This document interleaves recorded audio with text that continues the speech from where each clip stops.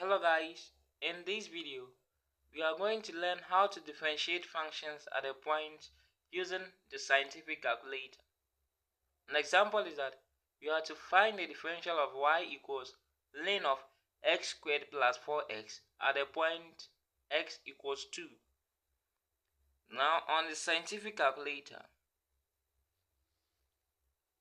you click on shift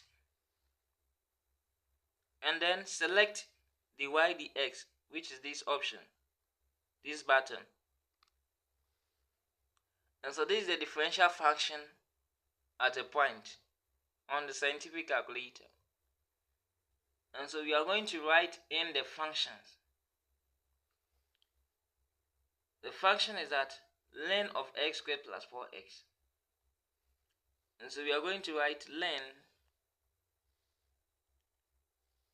then alpha x squared, and so this is x, and then we square it, plus 4 alpha x. And so that is the function, but we need to close the bracket. So that is it. At a point s equals 2, so we put 2 here. Then we press the equal to sign. And that is it. The value is 0.66667.